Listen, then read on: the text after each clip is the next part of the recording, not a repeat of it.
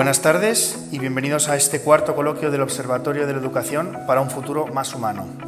Desde el Colegio Nuestra Señora de Sonstadt hemos creído conveniente la creación de esta institución, cuya misión es promover activamente en la sociedad una educación que permita a las generaciones futuras crear entornos de convivencia más humanos. Las funciones de un observatorio son múltiples, pero podríamos resumirlas en tres. Primero, recopilar información sobre un fenómeno complejo como es la educación. Después, hacer un diagnóstico y, por último, proponer soluciones a los problemas. Así pues, tenemos la vocación de ser un espacio de reflexión constante sobre la situación de la educación, tanto en España como en el mundo. Y precisamente para eso, para hablar y reflexionar sobre educación, tenemos hoy con nosotros a un invitado de excepción, como es Gregorio Luri. Encantado de estar aquí. Muchas gracias. Buenas tardes, Gregorio. Bueno, agradecemos muchísimo el esfuerzo por venir, porque hayas venido aquí. Sabemos que has estado viajando mucho, has estado en América hace poco. Pero o sea, tú sabes que mi teoría, no sé si te la he comentado alguna vez, pero lo creo firmemente, que a la eternidad hay que llegar cansado. Ya me diréis vosotros qué gracia tiene llegar descansado y que te espere toda la eternidad allá. No, hombre, hay que llegar agotado. Homo viator, ¿no? Yo solo tengo, claro. Bueno, por si alguno no lo sabe, Gregorio Luri es muchísimas cosas. Yo, desde mi punto de vista, para mí eres un humanista en el sentido clásico del término, porque es que has tratado muchísimos temas. Como decía Terencio Africano, ¿no? Lo de hombre soy, nada del humano me es ajeno. Yo soy maestro de escuela y ese es el título que reivindico siempre. Y después todo lo demás son notas a pie de página, pero yo soy maestro de escuela. Y me parece que es el título más noble que se puede tener. Me llama mucho la atención porque siendo una persona que ha dedicado su vida a la enseñanza y que ha trabajado en todos los niveles, que sea justo el de maestro, me llama la atención. Es que es el más grande. Es decir, bueno, la vida te lleva de aquí para allá y a veces pues se te abren puertas que decides cruzarlas y abandonarlas, pero después cuando miras para atrás dices, pues, ¿qué es lo que soy? De todo eso, ¿cuál es la etapa que me ha marcado? Pues yo he tenido muchos alumnos, pero aquellos alumnos que cogí con los que estuve cuando eran pequeños siguen siendo mis alumnos de manera pues prioritaria, son ellos. Bueno, además de maestro, Gregorio Luri es licenciado en Pedagogía, es doctor en Filosofía consiguiendo el premio extraordinario. Ha trabajado, como hemos dicho, en todos los niveles educativos, primaria, secundaria y universidad. Ha formado a docentes y también es autor de numerosos libros y ensayos, no solo relacionados con la educación, pero también y principalmente sobre ellos. Tienes libros como Mejor Educados, La Escuela contra el Mundo, Elogio de las Familias Exactamente Imperfectas. Y también eres articulista en The Objective. Era. Ah. Era, ya verás, estaba... Las cosas de la vida son siempre aquello del hábito de Aristóteles y Santo Tomás, es cierto. Y eso que se dice a veces que el hábito no hace al monje es falso. El hábito nos hace al monje. Quiero decirte que cuando estás en un tiempo durante años escribiendo artículos, resulta que acabas pensando con la forma de artículo. Entonces estaba escribiendo un libro, el último que saldrá en enero, y me di cuenta de que me costaba pensar en los problemas a fondo, porque el esquema que tenía en mente y que quería realizar era el de artículo de determinados caracteres y con una estructura determinada. Entonces decidí dejarlo para poder recuperar otra vez una manera de pensar que no estuviera tan restringida por ese formato. Y después, pues una vez que lo dejas, pues lo dejas. Y vas... yo creo que en la vida... es bonito enfrentarte a retos nuevos y cuando en un sitio te encuentras demasiado cómodo hay que pensar en la emigración. Sí, homo viator que decíamos antes, ¿no? Bueno, pues eso sí que... Decirte que es un enorme placer que estés aquí con nosotros y también decirte que tengo una extraña sensación porque, claro, o sea, tú me has conocido a mí hoy, pero yo a ti te conozco desde hace varios años porque yo te conocí a través de un libro que publicaste en 2019 que se llama La imaginación conservadora, sí. Que es un libro donde haces una defensa y una actualización del pensamiento conservador de figuras como Maeztu, Balmes, el famoso Balmes que también lo has citado mucho en tus... Que son tan grandes, son tan grandes. Es decir, cualquier país que se precie a sí mismo valora toda su tradición. Y nosotros le dedicamos a nuestra tradición el peor desprecio, que es el olvido. Y entonces cuando defiendes, pues qué sé yo, a Maeztu te dicen, pero si ese reaccionario, ese franquista, pero por favor, si lo mataron en el 36, ¿no? Cuando no era... Pero no se trata de eso, se trata de que si son todos nuestros, todos nos han constituido. Entonces mantener el conjunto del flujo de la historia, de la corriente de la historia, y no permitir que nadie caiga en el olvido, ¿no? Porque entonces los que salimos perdiendo somos nosotros. El gran Balmes, que hoy pues la gente de Barcelona sabe que hay una calle que se llama Balmes, pero no preguntes demasiado por él, pues es un pensador extraordinario, con un rigor, un concepto, es decir, una habilidad, una voluntad de claridad, que bueno, pues están ahí, ¿no? Es decir, que eso no quiere decir, yo no diré ahora, y nuestros pensadores españoles eran los mejores del mundo. No, lo importante es, ¿tienen algo que decirnos? Yo creo que sí, que tienen mucho que decirnos. Totalmente, totalmente. Yo alguna vez a clase, que sepas que alguna vez me he traído el criterio de Balmes, porque como son capítulos muy cortitos, alguna vez, alguna lectura... El criterio, fíjate, en el criterio yo creo que, por ejemplo, está recogida la mejor reflexión que se ha hecho nunca sobre la atención. Yo no conozco ningún libro de psicología contemporáneo que sea más agudo y más profundo que ese de Balmes. Pero a mí me interesa de Balmes sobre todo su labor periodística. Él se montaba entero un periódico y demuestra que estaba al tanto pues, de todo lo que pasaba en Europa en su conjunto, además de otras cosas, es decir, un personaje que se propuso acabar él solo con la guerra civil entre carlistas y liberales, por el procedimiento de casar a la princesa Isabel II con el pretendiente carlista. ¿Y sabes por qué salió mal? Porque cuando le enseñaron la foto del pretendiente carlista Isabel II, dijo, no me interesa que es bizco. y eso pues tuvo la continuación que tuvo, ¿no?, en los enfrentamientos civiles. Balmes es un personaje que eso lo puedes ignorar, pero él no sale perdiendo, sales perdiendo tú. Totalmente. Antes decías que te precias sobre todo de ser maestro. Yo creo que eres un maestro extraordinario porque al menos tienes la virtud, que yo creo que es más importante en un maestro, que es despertar entusiasmo por tu materia, despertar entusiasmo por los temas que tratas. Mira, decía Marta Mata que educamos por impregnación. Y yo siempre he hecho mío, o he pretendido hacer mío, algo que dice Nietzsche.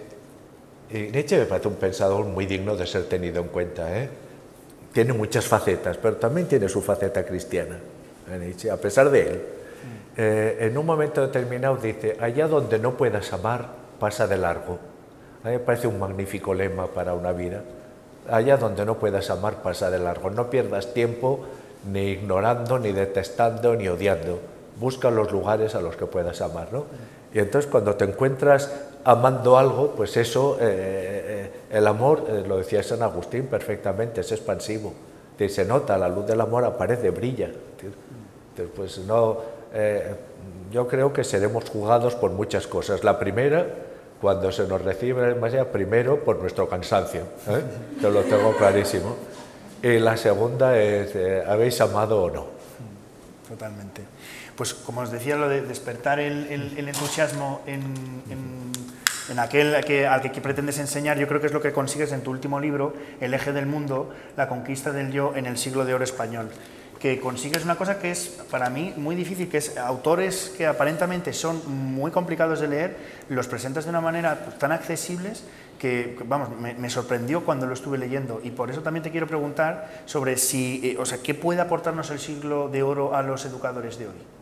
Mira, imagínate que tienes un tío que te ha dejado una herencia maravillosa y tú dices, allá él. Entonces tú puedes perfectamente prescindir de esa herencia. Ahora, ¿merece la pena prescindir de una herencia? Si la tienes a tu disposición, es decir, nos han dejado, los autores del siglo de oro, nos han dejado a nuestra disposición una herencia fabulosa, pero fabulosa en todos los sentidos. Entonces podemos, pues lo de que decíamos antes, ¿podemos ignorarla? Sí. ¿Podemos prescindir de ella? Sí. Pero no es muy inteligente renunciar a una herencia tan rica.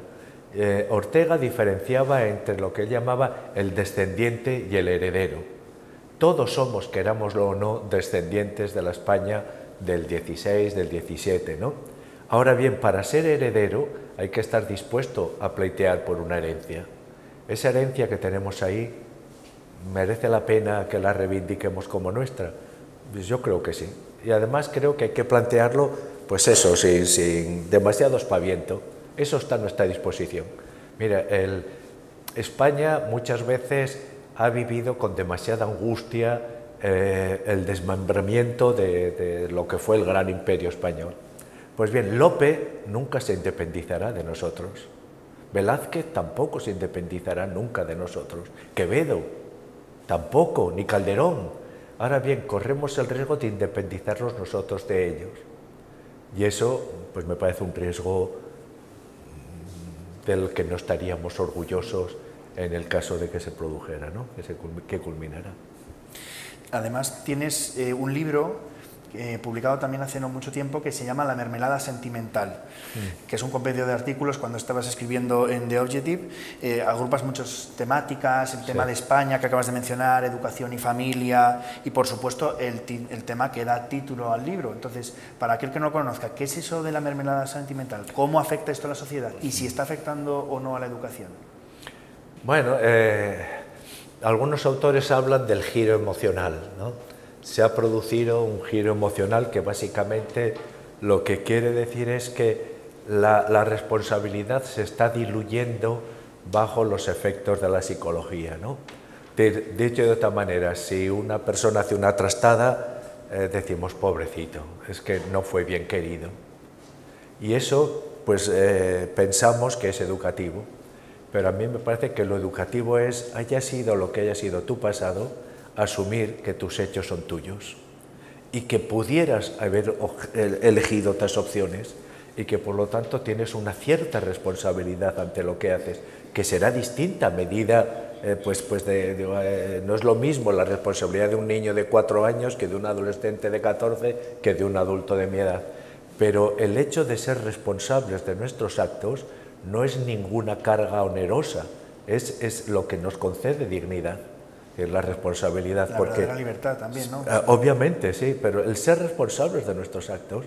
Entonces, cuando eso lo diluyes, pues esas capas un poco motivistas de pobres que, ya sabes, con los padres que tiene, con el barrio en el que vive, con el tal, todo eso puede ser cierto. Pero, escucha, si no somos capaces de observarnos a nosotros en nuestros propios actos, acabamos juzgándonos únicamente por la altura de nuestras intenciones. ¿Y quién no quiere ser alto? ¿Y quién no quiere tener unas grandes intenciones? Es decir, ¿quién no tiene grandes intenciones? Pero cuando te juzgas solo por la altura de tus intenciones e ignoras la realidad de tus actos, entonces estás a un paso de caer en el narcisismo. Totalmente. Bueno, entrando ya en la materia del libro en el que queremos centrarnos más hoy, que es La escuela no es un parque de atracciones. Bueno, vemos ya que el título es toda una declaración de intenciones. Yo te quiero hacer una pregunta un poco irónica, y es que ¿te ha quedado algún amigo en el gremio después de publicar el libro? Mira, a ver, yo intento discutir ideas e intento no meterme nunca con personas, a pesar de que a veces se dicen algunas cosas que no tengo más remedio que citarlos y decir esto es lo que dijo fulanito de tal. Pero ni aún así, creo, no me gusta demasiado, no me gusta meterme con nadie. Creo que lo importante es discutir ideas y no centrar el ataque en una persona. Además, eso creo que dignifica poco a la persona que fundamenta sus argumentos en una falacia ad hominem, que es esto, ¿no? Sorprendentemente, pues me encuentro que mis libros, lo digo tal cual, porque a veces digo, esto me va a crear algún enemigo, ¿no? Y tampoco tengo ninguna intención. Pero no solamente no han tenido críticas, ni tan siquiera en los medios de comunicación, sino que yo creo que no habrá otra persona en España que recorra más centros educativos de Hispanoamérica y de España, ¿no? que yo. Y me siento bien acogido en todas partes. Sí que es cierto que algunas veces pues, te encuentras una actitud menos benevolente, ¿no? Pero normalmente acogedora. Nadie está obligado, faltaría más, a compartir mis ideas. Yo a veces me doy cuenta que tengo ideas que no comparto ni yo. Y entonces tienes que replantearte para buscar tu coherencia. Aquello que decía Sócrates, la enfermedad del alma es estar en desacuerdo contigo mismo. Y yo creo que todos tenemos alguna enfermedad en el alma, alguna, aunque sea pequeñita, ¿no? De que defiendes a la vez A y no A. Entonces, pues bueno, intentar aclarar tus ideas, que yo creo que además que es el fundamento de la vida intelectual, ¿eh? El esfuerzo por aclarar ideas, pues bueno, pues eso, ahí estamos. Pero no tengo la sensación de, al contrario, es decir, yo creo que cualquier persona que te conozca mínimamente y os haya mentido, es que sería imposible que tuvieras enemigos, porque no, es que, pero vamos, no sé, es decir, de verdad que a mí no me interesa, y por ejemplo en los medios o las redes sociales, donde intento mantener una presencia constante, ¿eh? Porque pues eso, hay que salir de plantear tus ideas y tal, ¿no? Pues a veces te encuentras gente muy impertinente, pero no le contestas, no le respondes y enseguida se aburren. Digamos que los impertinentes suelen tener poca resiliencia a la hora de soportar el silencio. Es decir, lo que quieren es que vayas, les contestes de la misma manera, te callas y se aburren y se van. Por lo tanto, no. Bueno, yo lo decía sobre todo por el título, porque es un título muy provocador y alguien que no lo haya leído podría pensar, bueno, ¿qué pasa? ¿Que es que en la escuela no puede uno entretenerse, no puede disfrutar? ¿No es el aprendizaje algo que pueda ser apasionante? Vamos a ver, en la escuela no es un lugar para pasárselo mal. Segundo, la escuela ha sido un lugar que con frecuencia ha causado mucho sufrimiento, ¿no? Si miramos la historia de la escuela, mucho sufrimiento, ¿eh? En algunos casos. Y yo recuerdo, pues por pequeñas trastadas, el ponerte en los pasillos con los brazos en cruz, de rodillas, que era horroroso. Horroroso, porque cuando ya no aguantabas más te ponías así buscando la manera. Horroroso, pero por otra parte, como digamos que formaba parte del ambiente cotidiano, tampoco era especialmente dramático, ¿no? Que tampoco quisiera yo ahora cargar las tintas sobre eso. Lo que quiero decir es que algún parque de atracciones tú vas a pasártelo bien y punto. A la escuela vas a algo más. ¿Y cuál es ese algo más? Pues vas a encontrarte con las mejores posibilidades de ti mismo. Es decir, la escuela es el lugar en el que una serie de adultos ven en ti lo que tú no eres capaz de ver por ti mismo. Y para verlo, para que puedas visualizar las mejores posibilidades de ti mismo, esos adultos te animan a ponerte de puntillas. De no a saltar en el aire, pero a ponerte de puntillas, cosa que no ocurre en el parque de atracciones. Por otra parte, mira, yo en esto sí que estoy descubriendo que soy muy raro, porque en lo que voy a defender ahora, con frecuencia veo que me miran como diciendo, este tipo está chiflado por decir eso, pero lo creo. Creo que uno de los grandes placeres de la vida es el placer intelectual, la comprensión. Es decir, aquello de que cuando estás dándole vueltas a un problema y no acabas de encontrarlo y de repente surge la chispa y lo ves. Eso, la comprensión de algo difícil, no la comprensión de una trivialidad, la comprensión de algo difícil es uno de los grandes placeres de la vida. Y cuando estás peleándote con un cuarteto de cuerda de Beethoven y al final lo entiendes, eso es una gozada. Y creo, honestamente, pues qué sé yo, que un cuarteto cualquiera de Beethoven es muchísimo más rico que las obras completas de Georgie Dan. ¿Os acordáis de Georgie Dan, el de las canciones de verano? Y no intento decir que pues está muy bien Georgie Dan para cantarlo en la ducha y de vez en cuando todos tenemos momentos que está muy bien ser triviales, pero aquí no me imagino una persona que vaya todas las 24 horas del día siendo excelso. Hombre, alguna vía de escape, para un ratillo de trivialidad no está mal, pero tienes que saber, es decir, que, pues bueno, que el bacalao al pil pil es más noble que un donut. Totalmente. Que es más noble, y entonces saber disfrutar de un buen plato del bacalao al pil pil, que requiere una educación del paladar, del gusto, del apetito, etcétera, pues está ahí. Tienes en la escuela, insisto, no es el lugar en el que satisfacen tus posibilidades y tus demandas de ahora, sino en el lugar sobre todo, y a eso ¿Los padres a qué traen a vuestros hijos? ¿A que se los devolváis igual que han entrado? Para eso se los hubieran quedado en casa, para que se los devolváis un poco mejores al finalizar el curso. Y eso mejores no es posible si el alumno no tiene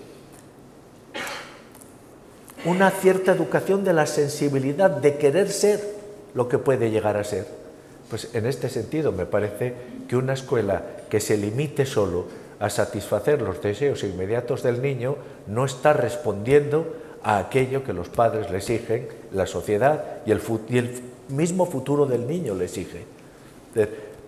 Mira, hay de todas las pruebas que se han hecho para evaluar o intentar evaluar la evolución académica de una persona, la que más poder predictivo tiene, y seguro que todos lo habréis visto, todos seguro habéis visto un vídeo en el que aparece un niño con un pastel delante y un adulto, y el adulto le dice: aquí tienes este pastel, te voy a dejar un rato solo, si eres capaz de mantenerte aquí sin probarlo, cuando vuelva tendrás 2 pasteles, una bici y un viaje a Disneylandia. Si lo pruebas... Y entonces ves que hay algunos niños que se ponen allá firmes y aguantan totalmente. Otros que al segundo meten el dedo. Es decir, esa capacidad para postergar la gratificación, es decir, para inhibir el deseo inmediato y postergar la gratificación, es la que más capacidad predictiva tiene del éxito de un alumno en su vida en general. ¿Y qué es la educación?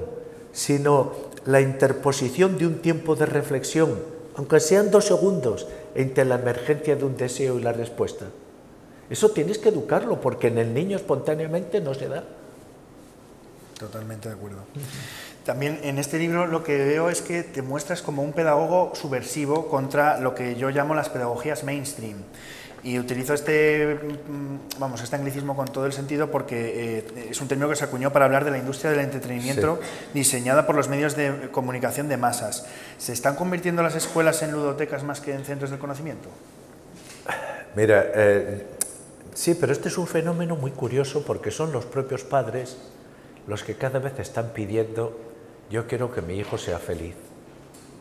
Y yo siempre le digo lo mismo: ¿y no tiene usted un poco de alguna aspiración más ambiciosa? Algo más, porque lo que entienden por feliz es bienestar, ¿no? Es decir, que no vuelve, y te encuentras con algo que yo, que llevo a mis nietos a la escuela, es decir, los padres al despedirse: pásatelo bien. A mí eso, ¿sabes qué me sorprende mucho? Porque no se dice: aprende, trabaja, intenta mantener una actitud, no sé, pásatelo bien. Claro, pásatelo bien, pero a la escuela no va solo para eso. Entonces, esa pulsión, sobre todo en un tiempo de una caída tan notable de la natalidad, y hay un cierto nerviosismo, que te diría, de marketing entre los centros educativos, pues hay que decir, aquí sí que no lo pasamos bien, aquí se hacen muchas actividades.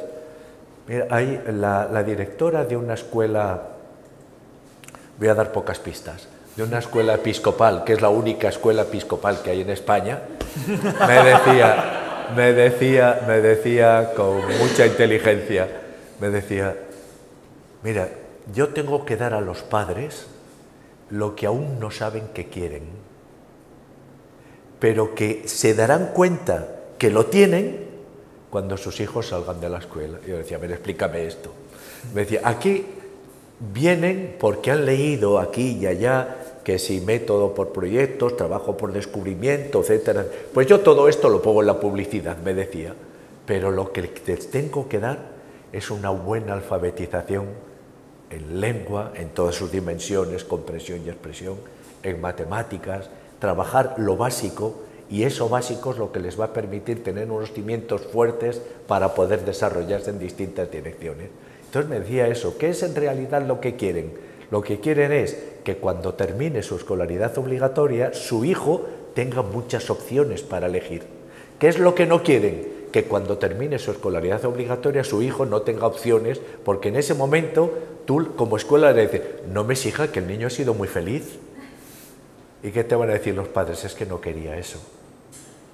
Entonces ahí está el reto. De hecho, justo hablas en tu libro, muchas veces mencionas lo que es la ideología innovacionista. Este para mí es un tema mayor, y es un tema mayor sobre todo bajo una perspectiva cristiana. Creo que estamos asistiendo a una sustitución de algunas de las categorías que han sido centrales en nuestra cultura, y que lo bueno está siendo sustituido por lo nuevo. Es decir, que hoy tú vas a los sitios y ya no te dicen que este es un buen centro, sino que es un centro innovador. Y entonces dices, bien, es innovador, pero eso que innova, ¿cuál es su resultado? ¿Mejora? ¿Pierde? ¿Qué es? ¿No? Entonces, eso, es decir, si tú hoy le dices a alguien que está equivocado, es muy probable que te conteste con toda normalidad, bueno, es mi opinión, respétala. Pero si le dices que está anticuado, igual corres riesgo físico. Es decir, nadie quiere estar anticuado, todo el mundo quiere estar a la última, lo cual supone en el fondo, y esto es preocupante, que el ser humano es una especie de ser tecnológico que va adaptándose a los tiempos sin que haya ninguna permanencia antropológica en él. Y yo siempre contesto lo mismo, mire, este aparato de aquí, ya no sé cuántos he tenido, porque me lo voy cambiando cada cierto tiempo y yo soy caprichoso y también miro a ver cuál es el último que hay por ahí, ¿no? Para tener el más innovador de todo, ¿vale? Pero mi ejemplar de la Ilíada, que lo tengo allá, o Platón, o los sonetos de Lope, ¿sabes que no envejecen? No envejecen, están ahí tan frescos como el primer día que los llevé. Entonces, si yo soy capaz, voy a poner un ejemplo trivial, si yo soy capaz de emocionarme con los versos de una poeta lesbiana griega del siglo VII, Safo, y entiendo lo que dice cuando le escribe a la persona que quiere, pues te miro tan solo y al punto mi voz enmudece. Entiendo perfectamente lo que quiere decir. Si yo soy capaz de entender perfectamente lo que quiere decir una persona que era griega, yo no soy griego, que era mujer, yo no soy mujer, que era lesbiana, es decir, ¿cómo puede ser que nos entendamos? Pues porque el ser humano como ser humano tiene permanencias.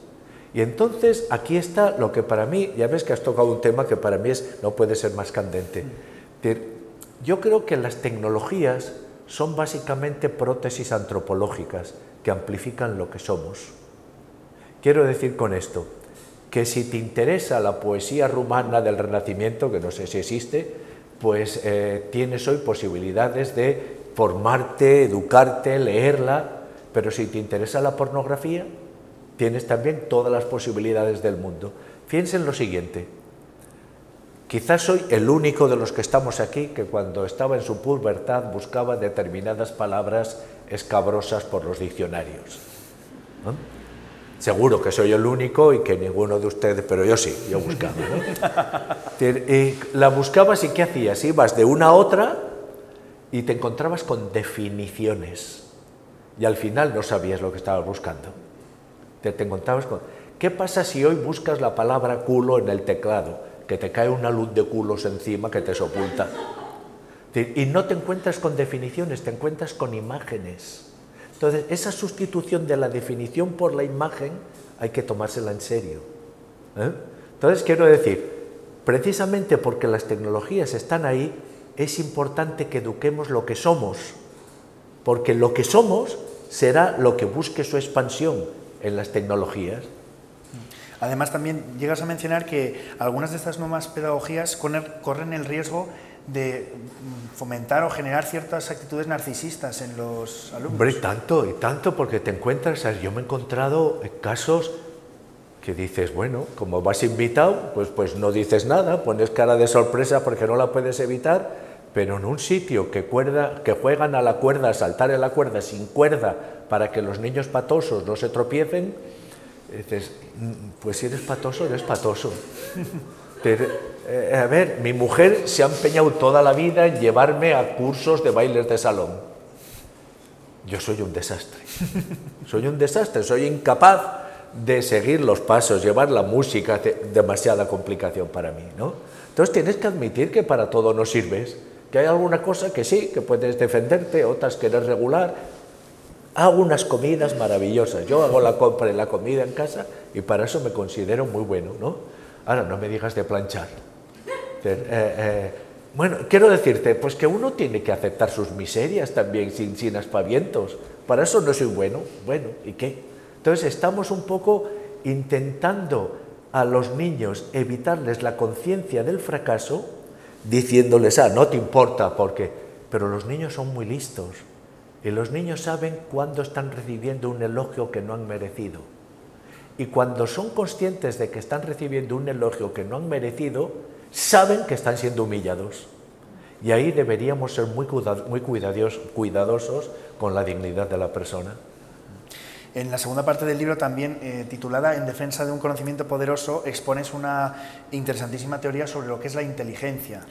Es que eso, mira, yo creo que esto nos llevaría, no quisiera entrar en cuestiones académicas, pero yo tengo un libro en el que defiendo de una manera un tanto provocadora, voluntariamente provocadora, el deber moral de ser inteligente.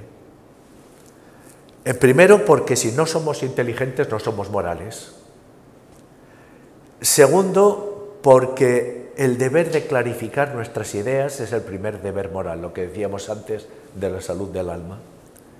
Tercero, porque el saber situarte en el mundo, delante de la complejidad del mundo y saber cuál es tu lugar, forma parte también de tu educación moral. Ahora, ocurre una cosa muy curiosa, que para ser consciente de la importancia del conocimiento, has de tener conocimiento.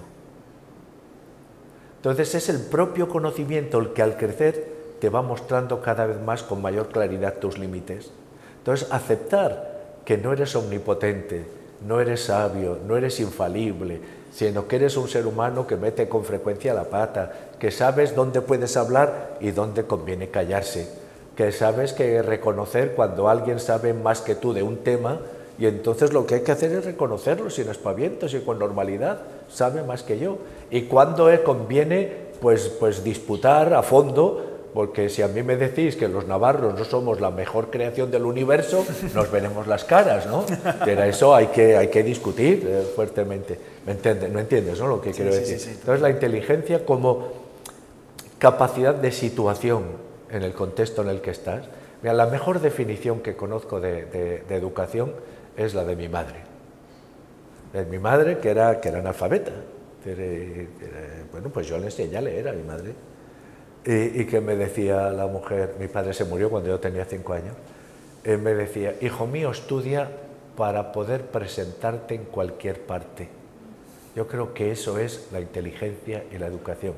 Ser capaz de relacionarte con el poderoso sin servidumbres y con el pobre sin prepotencia.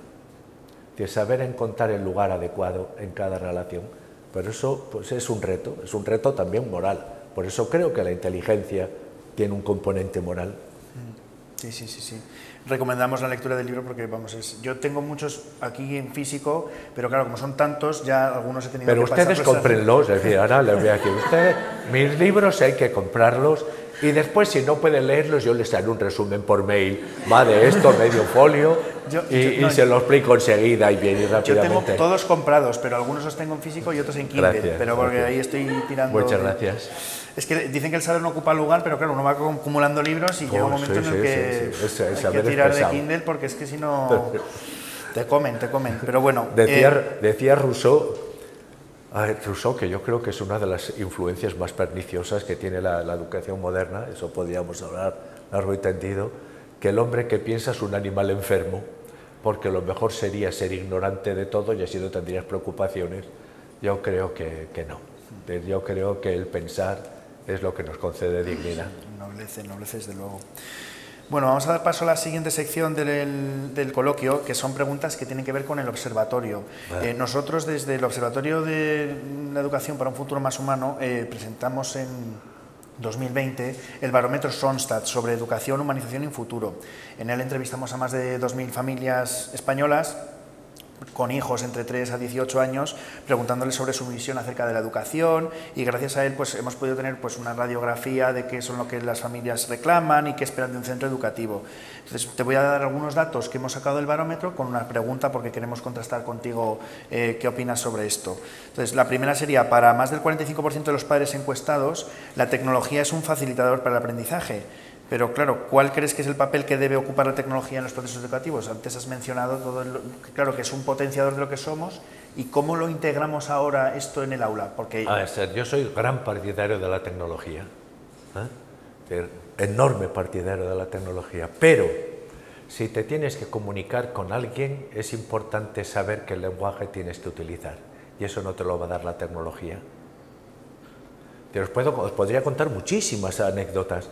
Cuando estaba escribiendo un libro sobre la familia Mercader, Ramón Mercader fue el asesino de Trotsky, quería acceder a los archivos de la Tercera Internacional en Moscú, que estaban encerrados a cal y canto.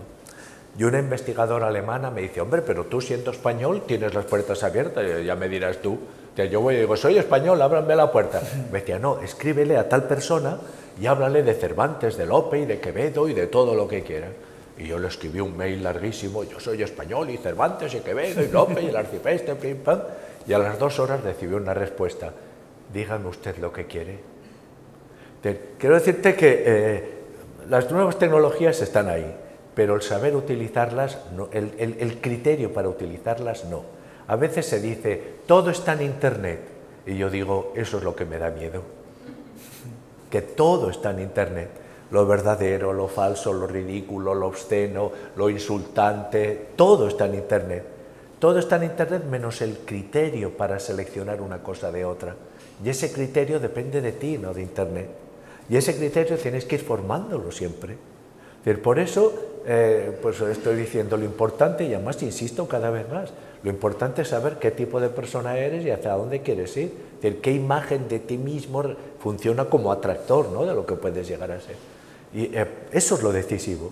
Si eso lo tienes claro, defendiendo, no intento ser ningún, ¿cómo os diría yo? Intento pensar desde la realidad. Y yo soy el primero que de vez en cuando busca también pues trivialidades, saber qué dice de fulanito de tal, y me meto allá para cuando me doy cuenta en cotilleos de este y de lo otro. Y saben que me lo paso bien. Pero después hay que volver al trabajo. Y cada vez tengo más claro que lo que llamamos atención no es la capacidad para estar pendiente mucho tiempo de algo, porque todos tenemos una atención frágil, sino la capacidad de retorno, la capacidad para volver a lo que estabas haciendo. Pues yo no hubiera podido escribir ninguno de esos libros sin el recurso de las nuevas tecnologías. La posibilidad que te da, tengo que decir todo, sobre todo, pues por ejemplo, los académicos norteamericanos, cuando les escribes un mail pidiendo información y a la media hora tienes respuesta, ¿no? No pasa lo mismo con los nuestros. Aquí escribes un mail y tal, y lo más fácil es que nunca tengas respuesta, con alguna excepción. Pero te ponen uno en contacto con otro, te abren, te ofrecen posibilidades, te intercambias cosas. Yo estoy muy contento de vivir en el mundo en el que vivo, con todos los problemas que tiene, pero no me cambiaría por otra época. Estoy encantado de estar aquí. Ahora bien, y creo además que no hay que nunca vivir el presente con demasiados aspavientos. Porque a veces yo que soy, pues eso, una persona que ha crecido en un medio agrícola, para mí era muchísimo más duro trabajar de sol a sol con la azada en el campo que estar en una pantalla en Internet. Y más perjudicial para la espalda y para no sé cuántas cosas más, ¿no? No dramaticemos la realidad. ¿Que hay que estar dando la tabarra con nuestros hijos? Claro, pero para eso estamos. Otro dato que te saco, para la mayoría de los padres encuestados, la característica más relevante en un profesor es la capacidad de provocar el aprendizaje en sus alumnos. ¿Cuáles dirías tú que son las cualidades más importantes que debe tener un profesor? Hay dos cuestiones ahí que son muy interesantes. Una es que cuando nosotros pensamos en las cualidades que ha de tener un profesor, inmediatamente nuestra imaginación se va a las cualidades que tenía el profesor al que más admiramos. Y eso no es del todo honesto, porque igual ese profesor pues hace 50 años podía funcionar y ahora estás buscando otra cosa. Yo creo que yo he definido muchas veces al profesor, al maestro, como el amante celoso de lo mejor que puede llegar a ser un alumno. Porque hay muchos niños que fracasan porque nadie a su lado les ha ayudado a ver lo que pueden dar de sí.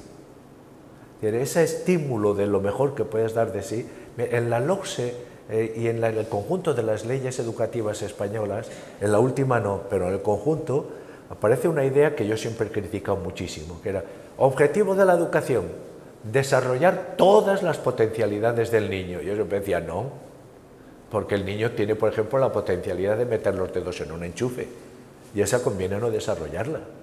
O de ir debajo del, no sé, del fregadero y ponerse a beber de las botellas que hay ahí, o de mentir, o de robar. La educación también tiene un elemento represivo, y no querer verlo eso es simplemente negarnos a ver la realidad. Hay que decir no, por eso yo sostengo, entre bromas y veras, que nuestros hijos tienen derecho a conocer los adverbios de negación. Hay que conocerlos y saber qué significan y por qué. Y a veces necesitas saber, de la misma manera que digo con frecuencia, ahora voy otra vez a la pregunta que digo a las familias, les digo, miren, hablen poco de valores y de virtudes, e insistan en que esto los Fernández no lo hacemos. ¿Por qué? Porque hablar de virtudes o de valores es cosas que están ahí y que muy bien todos, pero decir esto los Fernández no lo hacemos es algo que nos compromete a todos, al hijo, al padre, a todos. Y además, ¿por qué no lo hacemos? Pues porque tenemos un estilo de vida, tenemos un modelo, tenemos una manera de ser y estamos orgullosos incluso de ser un poco raritos. Sí, somos un poco raritos, pues hacemos cosas, vamos a misa y cosas de esas tan estrambóticas, pero estamos orgullosos y además creemos que la misa es un espectáculo maravilloso, ¿no? Fíjate si somos raros. Bueno, pues yo creo que no hay que tener miedo, los Fernández no lo hacemos. Y en las escuelas pasa lo mismo. Aquí, en este centro, hay cosas que en este centro no se hacen. ¿Y por qué? Espero que haya cosas que en este centro no se hacen. ¿Por qué? Pues porque el estilo, el carácter, el rigor, el perfil, lo que queráis del centro, potencia unas cosas, otras no las potencia y otras pues las reprime. Claro que sí. Pero el convivir con la represión como algo natural es que no es ningún drama. Es decir, yo ahora aquí estoy con ustedes y es bueno que reprima, qué sé yo, pues mi deseo de estar rascándome. No lo tengo, pero hay cosas que las reprimes cuando estás con los demás. Pero eso forma parte de la convivencia, ¿no? Es decir, que igual pues tienes que reprimir tu deseo de estar un rato más en la cama y ahorrarte la ducha. Pero en los transportes públicos se agradece mucho a los que se han reprimido por la mañana y se han duchado. Totalmente de acuerdo, sí. Bueno, luego también había otra tercera pregunta que dice que para la mayoría de las familias la característica que más peso tiene en la elección de un colegio es el modelo educativo, seguro de la cercanía al domicilio y las instalaciones del centro. ¿Sobre qué valores crees que deben asentarse los modelos educativos de los centros que quieran implementar? Me estás haciendo preguntas que hoy son muy complejas. Es decir, si miramos sociológicamente en España, no siempre lo que se contesta a las encuestas es lo que se hace. El factor prioritario para los padres es la proximidad a casa.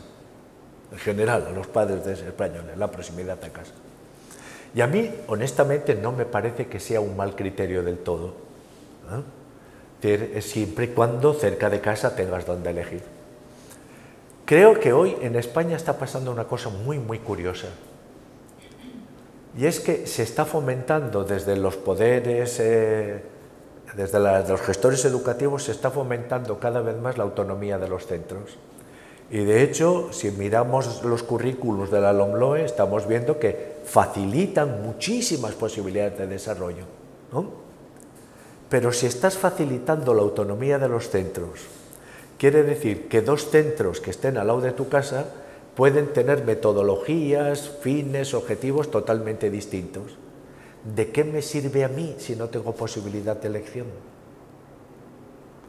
¿De qué me sirve a mí la autonomía de los centros si no tengo posibilidad de elección? Pero más aún, ¿hay mejor criterio para evaluar la autonomía de un centro que la capacidad de elección de las familias? Entonces, claro, ¿qué elegimos? ¿Qué elegimos? Pues yo diría que se eligen los centros por unas razones distintas cuando están en preescolar que cuando están en secundaria, ¿no?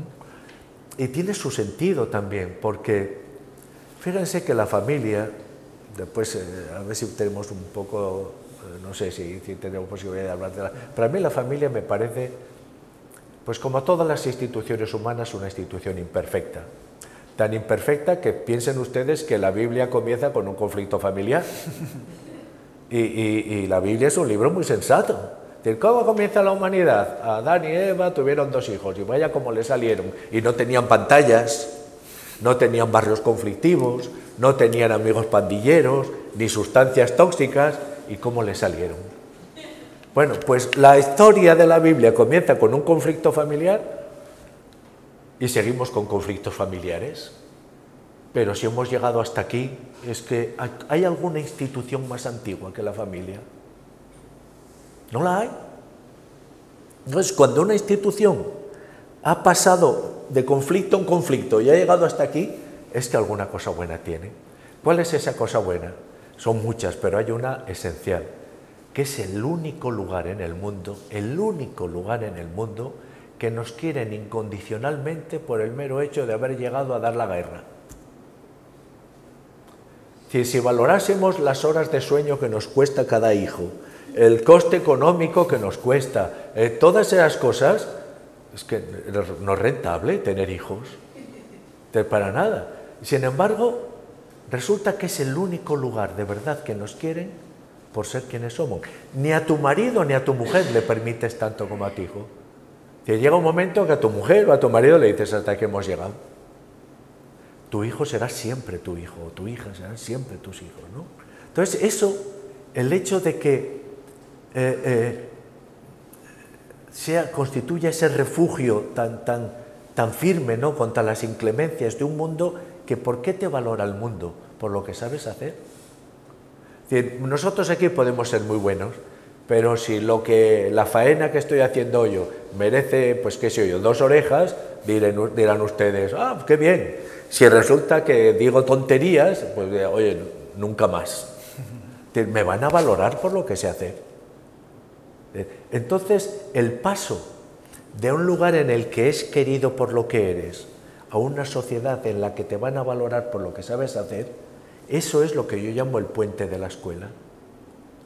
Entonces, claro, los padres en los primeros cursos están diciendo, valora a mi hijo por lo que es lógico, pero al final te están diciendo, el valor de mi hijo va a depender de las posibilidades de elección que tiene, de lo que sea capaz de hacer.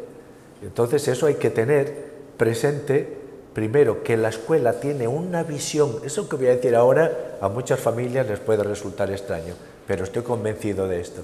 La escuela tiene una visión de las necesidades del hijo, del niño, más objetiva que la de la familia. Y segundo, las familias tienen que confiar en la escuela, porque hay algo que sabe la escuela, que ven en la escuela que desde la familia no se ve. Y una última pregunta del barómetro. Para más del 92% de los encuestados exigen que las leyes educativas sean diseñadas con una visión a largo plazo y en base al aprendizaje del alumno y no en base a la ideología. ¿Por qué han cambiado tanto las leyes educativas en España en los últimos años? ¿Y qué consecuencias puede tener esto? No tengo ni idea. Lo que sí te puedo decir es que en los últimos 100 años hemos tenido 160 ministros de educación, que los ministros de educación en Francia raramente duran más de 2 años y que nosotros pues tenemos leyes educativas porque, ¿sabes lo que pasa? Que en el fondo yo he descubierto que tampoco es tan importante, porque el maestro sabe, o el profesor sabe, que los políticos son todos interinos y ellos son los definitivos, los profesores son los definitivos. Entonces cambian los ministros, cambian las leyes, pero el compromiso honesto del profesor con sus alumnos es lo que tiene que mantenerse inmóvil, sean las que sean, podrán modularse, ¿no? Pero ese compromiso es lo importante, porque es lo que va a sobrevivir a las leyes. Con respecto a las leyes educativas, ya decía, ¿quién era? Plinio, me parece que decía, cuantas más leyes hay en una república, más corrupta, ¿no?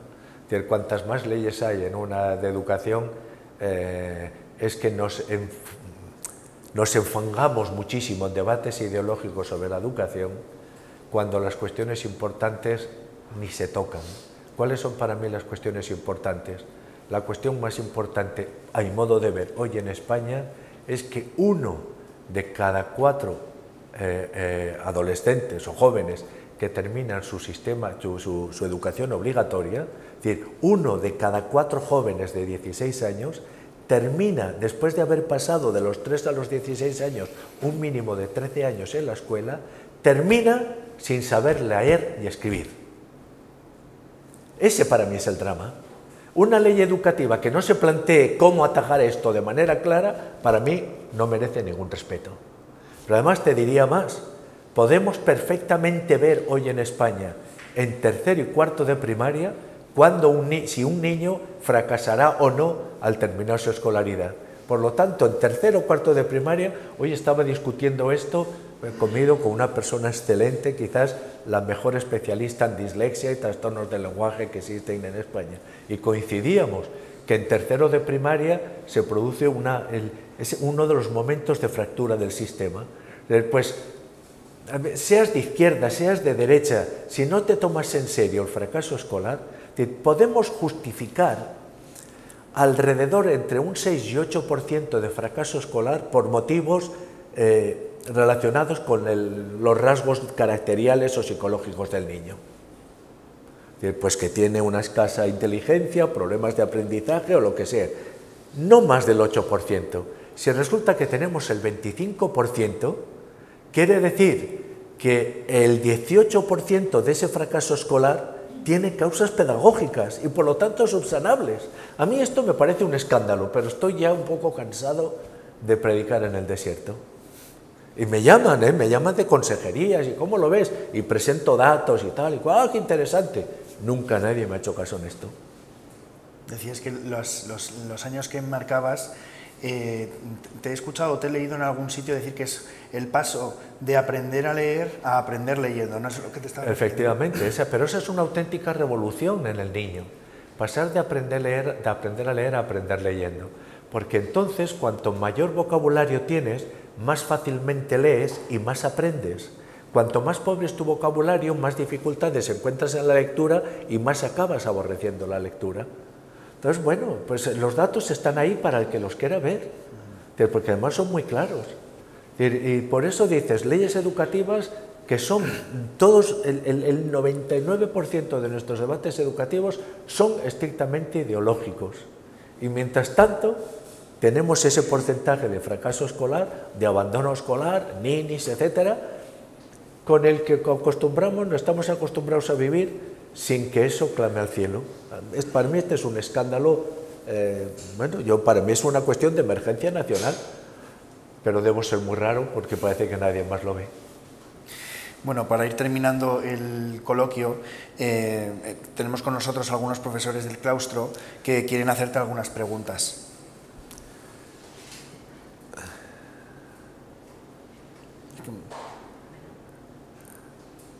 ¿Ahí se ve? Gregorio, después de lo que habéis estado conversando, que me ha parecido muy interesante... Oigo muy, muy mal, sí. ¿Sí? ¿Ahí me oyes? ¿Sí? Vale, a ver, y si no ya me... Gregorio, después de agradecerte por lo que habéis estado conversando, que ha sido muy interesante, quería preguntarte, nosotros como centro, como Colegio Nuestra Señora de Schoenstatt, cada año queremos conquistar todos juntos una actitud específica para ese año. Este año queremos trabajar y conquistar la fortaleza. ¿Qué nos podrías decir acerca de esta virtud? Yo creo que tiene mucho que ver con lo que hemos hablado, pero relacionada en concreto con la educación. Pues yo, si me permitís, y es meterme en una experiencia que es vuestra, no la mía, primero que me parece que tengáis ahí en el nombre de la escuela la belleza en primer lugar. Que la educación en la belleza es una educación en la excelencia, en la huida de la trivialidad, ¿no? Creo que es tan importante la educación en la belleza, en la conciencia, en la sensibilidad. Con respecto a la fortaleza, no puedo estar más de acuerdo. La fortaleza, el coraje, la llamemos como la llamemos, ¿no? Que en el fondo hay una serie de virtudes, la llamemos resiliencia, la llamemos de una... que dicen lo mismo. Es esa capacidad, ese depósito de energía para ponerlo al servicio de las demás virtudes. Eso es la fortaleza, ¿no? La fortaleza es la gasolina del coche. Si no tienes gasolina en el coche, no te plantees nada, que no sé que vayas cuesta abajo, y para degradarse siempre con la inercia sobra. Pero si quieres subir, necesitas energía. Y esa energía, pues la tienes que educar, claro que sí, la tienes que educar. Y os tengo que decir que me parecéis muy raros. Sí, es decir, porque cuando hablas de esto parece como si estuvieras... Pero decía Chesterton que buena parte o la mayor parte de las ideas contemporáneas no son otra cosa que ideas cristianas que se han vuelto locas. Es decir, y la fortaleza como virtud esencial, ¿no? Es que si no, pues acabamos siendo pues esos seres a merced del viento que sopla en cada momento. La fortaleza es... El otro día decía, ¿cuál es la característica del héroe, al menos del héroe antiguo, que sabe permanecer en su lugar? Sean las que sean las circunstancias, permanece en su lugar. Este es mi puesto y aquí estoy para defenderlo, ¿no? Y si estás, ¿cuál es tu lugar en la escuela como alumno, como profesor, como padre, como vecino, etcétera? Saber cuál es tu lugar y estar ahí dispuesto bueno, pues a representar tu papel de la manera más digna. Nada es posible sin fortaleza, sin coraje, llamémoslo, me da igual como lo llamemos, pero es que es la virtud, es la condición imprescindible para el desarrollo de cualquier otra virtud. O sea que enhorabuena.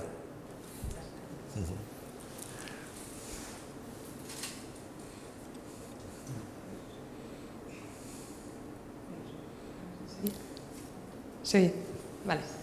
Bueno, lo primero, muchas gracias también. Muchas gracias por estar aquí.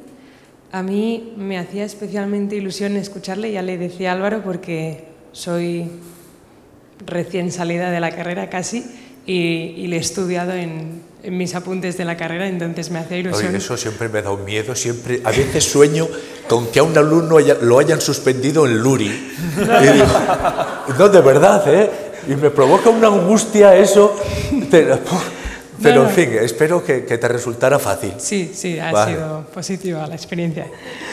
Bueno, mi pregunta va a ir un poco por el tema de la memorización, ahora le contextualizo un poco, pero porque sé que pues usted lo apoya bastante en el proceso educativo.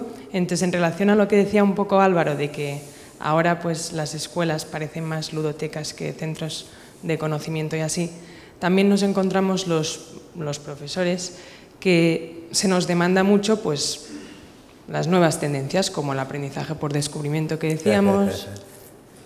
Dime. No, que adelante, pero no me encontrarás un estudio que demuestre la superioridad del aprendizaje por descubrimiento sobre el aprendizaje directo, por ejemplo. Ya, sí, eso ya... Pero se ha puesto de moda y como somos tan esclavos de las modas, perdona que te interrumpa. Sí, no, pero totalmente de acuerdo. Ahora yo hablaba de las modas que hay, ¿no? El aprendizaje por descubrimiento, el trabajo por proyectos, pues todo lo que a todos nos gusta ahora innovar. Pero es verdad que también a eso no hay que olvidar la importancia de otros procesos de enseñanza-aprendizaje como la memorización, ¿no? Y a mí como profesora, pues yo tengo muy claro las ventajas que tienen estos procesos, porque lo he estudiado, pero me encuentro con que mis alumnas, por ejemplo, no lo valoran lo suficiente, no lo entienden. O sea, ¿por qué tengo que memorizar esto si no me va a servir de nada? Entonces, ¿usted qué nos diría un poco, tanto a claustro como padres y nosotros, qué respuesta podríamos dar a los alumnos para que entendieran que tiene un sentido? Debes saber, vamos por partes. Mira, ¿sabes? La persona que me hizo a mí darme cuenta de la importancia de la memoria no fue ningún filósofo, no fue ningún eremita cristiano, fue un exagente de la KGB. Cuando estaba yo escribiendo un libro, pues me entrevisté en Moscú con un exagente de la KGB.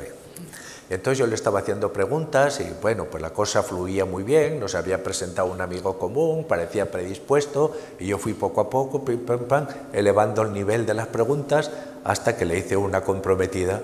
Entonces el hombre se paró y me dice, no, esto no te lo puedo contestar porque mi memoria es propiedad del Estado. Es decir, mi memoria es propiedad del Estado. Lo más íntimo, lo más personal, no era suyo, era propiedad del Estado. Pues a mí me parece igualmente grave decir, mi memoria es propiedad de la ignorancia. Primero, ¿conocéis alguno de los que estamos aquí alguien que quiera tener menos memoria de la que tiene? ¿A que no? Nosotros estaríamos dispuestos a renunciar. No quisiéramos todos tener más memoria de la que tenemos, pero independientemente de eso, hoy con los datos científicos, todo lo que nos está proporcionando la psicología cognitiva, sabemos que cuando hablamos de memoria, como mínimo hay que hablar de dos memorias: la memoria ejecutiva o la memoria de trabajo y la memoria a largo plazo. Hacemos un experimento, ¿me permitís hacer un experimento? Venga, sí, sí. ¿Sí? ¿Están ustedes dispuestos? Un test que tiene, si me podríais, sería mucho pedir otra botella de agua. Os lo agradecería muchísimo. Bueno, esto es un experimento que no pasará a la historia de la ciencia como un experimento científico, pero que puede ser clarificador. ¿Sí? Yo voy a ir diciendo palabras. No le voy a preguntar después a nadie que repita nada, nadie tendrá que poner de manifiesto nada. Yo voy a ir diciendo palabras y ustedes mentalmente tienen que ir repitiendo las que digo. Si digo, por ejemplo, alfombra, ustedes alfombra. Si después digo alfombra, silla, ustedes dirán alfombra, silla. Y si después digo mesa, alfombra, silla, mesa. Y si después digo árbol, alfombra, silla, mesa, árbol. ¿Sí? Pero vayan contando las palabras que son capaces de repetir. ¿Sí? Todos somos adultos, todos somos gente bien formada, capacitados intelectualmente, y lo vamos a hacer. En silencio, nada en voz alta, en silencio. Está, ¿no? Te digo alfombra, ustedes alfombra, alfombra, mesa. Después diré mesa, ustedes alfombra, mesa. Silla, alfombra, mesa, silla. ¿Sí? Y van contando las que dicen. ¿Preparados? Sí. ¿Sí? Sí. Cristal. Acueducto. Mallorquín. Catedral. Número. Absoluto. Príncipe. Renegado. Alguacil. ¿Por qué me están mirando con esas caras si se han perdido ya todos? Se han perdido. ¿Qué es lo que ha pasado? Y les voy a decir dónde se han perdido. A partir de la quinta han comenzado las dificultades. ¿A que sí? La 7 se ha puesto muy difícil. ¿Sí? Bueno, pues ¿eso qué quiere decir? Y esto ténganlo presente. Estábamos midiendo la capacidad de nuestra memoria de trabajo. La memoria de trabajo es allá donde tenemos los datos ejecutivos de un problema. ¿Sí? Queremos hacer una paella y los elementos para hacer la paella los tenemos en la memoria de trabajo y entonces operamos con ellos. ¿Sí? Pues bien, fíjense que la memoria de trabajo es para todos muy reducida, muy reducida. Y esa memoria de trabajo tan reducida, normalmente podemos decir que se extiende a 5 más menos 2 elementos. O mejor dicho, 7 más menos 2 elementos. Muchas gracias. 7 más menos 2 elementos. Quiere decir que unos niños o unas personas tienen 5 elementos, pueden operar con 5 elementos al mismo tiempo en su memoria de trabajo y otros con 9. La diferencia es abismal a la hora de resolver un problema. ¿Sí? Pero quédense con lo importante. Nuestra memoria de trabajo es, en todos los casos, muy pobre. ¿Cómo somos capaces entonces de operar? Porque tenemos allá en el fondo la memoria a largo término. Y entonces lo que podemos hacer es, si nos caben 5 elementos, sustituir uno de los que tenemos aquí por uno de la memoria a largo término y traerlo a la memoria ejecutiva o de trabajo. Y de esta manera, el depósito de memoria a largo término es el que nos proporciona elementos para ir variando los que tenemos presentes en la memoria de trabajo. Pues bien, cuanto más amplia sea nuestra memoria a largo término, más agilidad le damos a nuestra memoria de trabajo. Más agilidad le damos a nuestra memoria de trabajo. Pero es que además sabemos, y este es el segundo elemento, que la creatividad tiene que ver con la posibilidad de relacionar elementos entre sí. Si solo tenemos 5 elementos, la posibilidad de relacionar es pobre. Si podemos alterar unos con otros, es mayor. Ahora la cosa se complica un pelín más. Tenemos, y nuestra inteligencia está hecha de tal manera que somos capaces de incorporar elementos asociados como un hábito de un único elemento. Es decir, si yo ya sé lo que es lavarme los dientes, no hace falta que vaya recordando, ahora tengo que coger el cepillo, ahora tengo que poner la crema, ahora tengo que hacer esto. Todo eso ocupa un elemento, ¿sí? Por lo tanto, cuanto más repetimos cosas, más estamos convirtiendo lo complejo en una unidad. Bueno, ahora fíjense, voy a contar una historia que ya verán lo que ocurre. Aquella mañana me levanté y noté que me faltaba un brazo. Miré a ver si estaba dentro de la cama y me lo encontré justo a los pies. Y dije, ¿qué hace este brazo aquí? Y cuando me di cuenta resultaba que la pierna derecha también me faltaba. Ahora he dicho mucho más de 5 y de 7 elementos. Y seguro que ustedes son capaces de recordar muchos elementos de esta historia. La narración es capaz actúa como si toda esa pluralidad fuese un solo elemento. Bueno, pues cuando repetimos cosas e insistimos en ellas, estamos favoreciendo esa capacidad. Independientemente de esto, pues yo creo que el ejercicio tan hoy denigrado de enfrentarte a un problema, hincar los codos y intentar resolverlo tú, nos engrandece. Y ya podemos tener al maestro o al profesor, le podemos exigir legítimamente que haga todo lo posible por acercarse a nuestro hijo. Todo lo posible por acercarse a nuestro hijo. Pero como nuestro hijo no haga un gesto para acercarse al maestro, no habrá aprendizaje. Porque tenga el mejor maestro del universo, al final todo el aprendizaje exige un gesto propio de responsabilidad con lo que se está haciendo.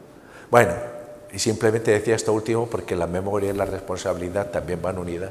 La memoria, la responsabilidad, la vida interior.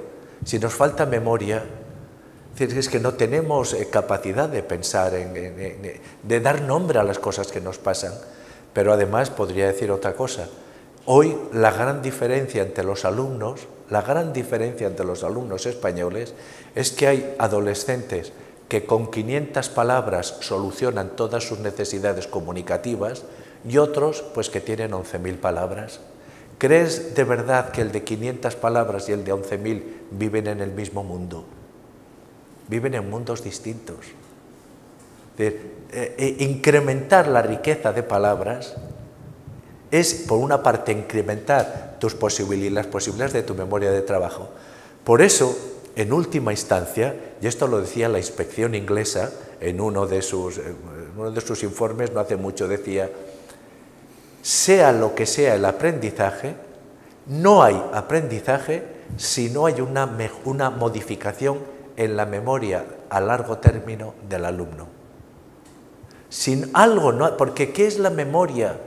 Sino el rastro que deja una experiencia al pasar. Es eso la memoria. Si no deja rastro, la experiencia que hemos hecho no es educativa. Nos la habremos pasado muy bien, pero si no deja rastro, no es educativa. Algún pozo, algún rastro tiene que dejar. Y eso, pues que yo ya sé que hoy está denigrado, pero habrá que decirles que esa exigencia es un gesto de amor. Y habrá que decírselo tal cual.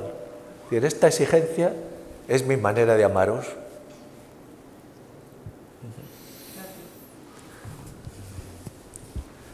Bueno, muchas gracias una vez más por estar aquí, ha sido un placer. Por último, quería hacer una pregunta. Hay autores que consideran que la misión del docente es la de generar experiencias en el alumno. Y usted menciona que estas experiencias deben ser educativas. Claro. Efectivamente. Pues quería saber cuáles son los requisitos que usted considera para que una experiencia sea educativa. Mira, no me voy a alargar muchísimo, pero me conformaría con que al final de esa experiencia el niño hubiese aumentado su lenguaje en una palabra.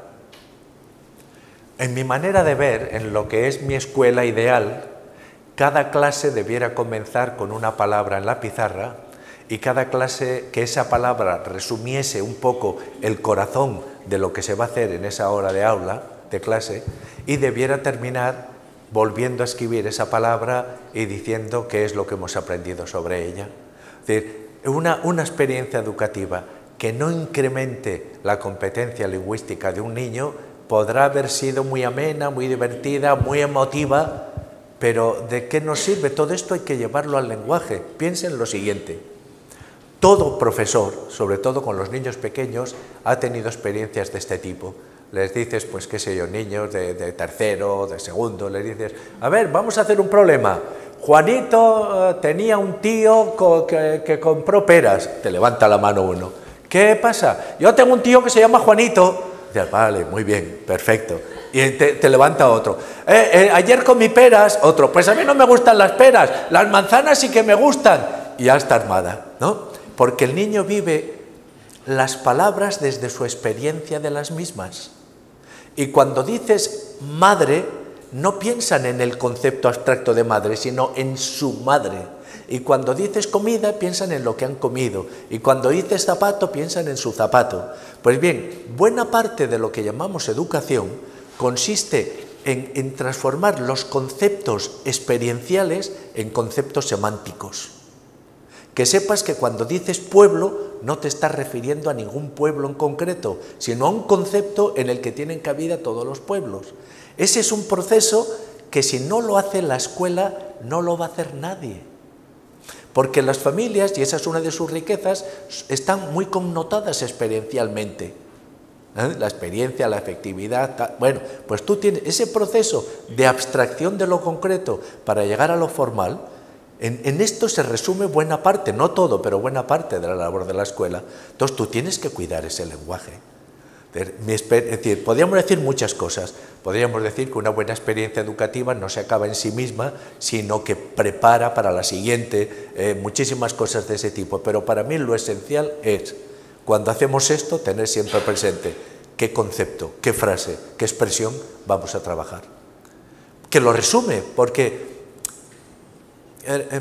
acabo de estar en Colombia con un grupo de adolescentes, una experiencia tan emotiva, tan intensa, en Cúcuta, en una zona muy conflictiva, con la guerrilla, con los paramilitares. Entonces tienes delante 300 adolescentes que el que no ha sufrido pues la guerrilla está pues ahora con los narcos y tal cual.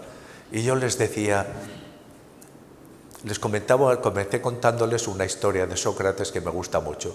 La cuenta Puleyo en las Floridas, que dice que Sócrates estaba hablando un día con un grupo de jóvenes y todos participaban menos uno que permanecía en silencio. Y Sócrates se dirigió a él y le dijo, habla para que te vea.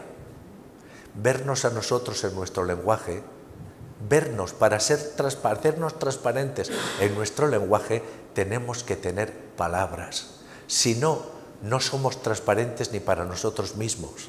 Acabamos presos de emociones y de imágenes, lo que decíamos de Internet. Pero es el momento de recuperar sin ningún complejo el concepto, el valor de las palabras. Un monje de Montserrat, un gran sabio, Lluís Duc, que murió hace poco, decía que nuestra misión aquí es la de empalabrar el mundo. En definitiva, continuar la obra de Adán, ¿no? Poner nombres a las cosas. Pero eso es esencial para entendernos a nosotros mismos y para entender, para manifestarnos, para tratar con los demás, ¿no? Y para mí, pues insisto, porque esto que para mí es obvio, pues resulta que hoy, ¿qué tiempos estos, no? Que hay que defender lo obvio, pues sí hay que defender lo obvio. Pues muchas gracias, Gregorio, por haber estado aquí. La verdad es que ha sido un placer escucharte. Cada vez que te escucho, que te leo, que te veo en alguna ponencia, saco cosas, saco citas, referencias a autores, cosas que quiero aplicar en mi día a día. Y por eso te digo que, y lo vuelvo a reiterar, que para mí personalizas la virtud del gran maestro, que es despertar entusiasmo por materias que son las que tratas. Qué peligrosas son siempre las alabanzas, porque todas parecen tan convincentes. Así como las críticas siempre las encuentras poco fundamentadas. Dices, bueno, sí, pero porque no ha visto bien. En cambio, las alabanzas te dejan con el ego rebosante. Muchas gracias. Bueno, y luego a los que nos están escuchando y los que nos estarán viendo en un futuro, recomendar la lectura de Gregorio Ruiz, La Escura no es un parque de atracciones, bueno, y todos los libros que ha escrito, porque en general todo el tema que trata, tema que te fascina, que te atrae, que quieres conocer más, y nada, y que es que he disfrutado mucho escuchándote, he aprendido mucho y ha sido un verdadero placer. Pues muchas gracias y por la belleza.